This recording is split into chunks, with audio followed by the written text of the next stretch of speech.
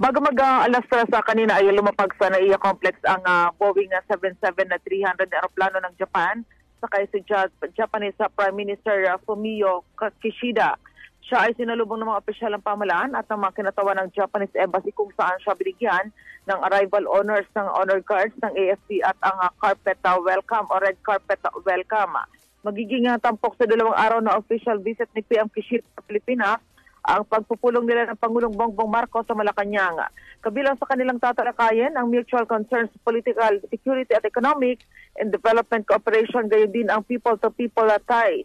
Magkakaroon din ng palitan ng kanilang mga pananaw ang dalawang lider sa usapin ng regional at international issues, kabilang na ang pagpapatibay sa relasyon ng Pilipinas at Japan. Kabilang sa mga sumalubong sa punong ministro ng Japan, sina Transportation Secretary Jaime Bautista, Philippine Ambassador to Japan na Maylin Garcia Albano at si Philippine Ambassador o Japanese Ambassador to Manila Kazuhiko Koshikawa kasama ang mga mamahayag na Hapones. Kasama mo sa DZXL Manila, Radyo Man Joyce Collantes, Adra, Tatak, RMA.